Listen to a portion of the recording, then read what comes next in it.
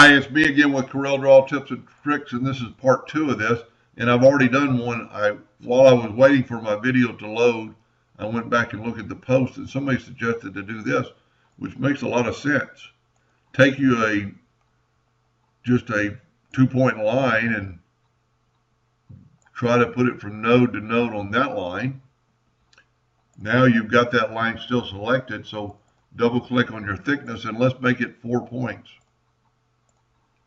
Now we can go and range and break and convert that line to an object.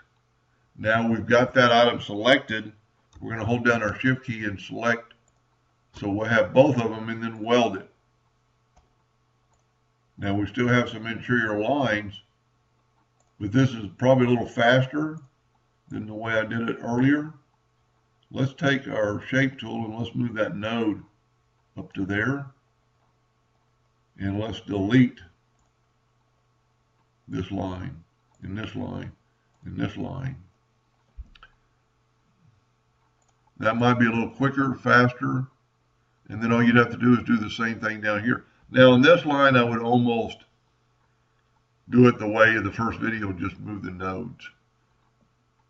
But that is a good way to do it.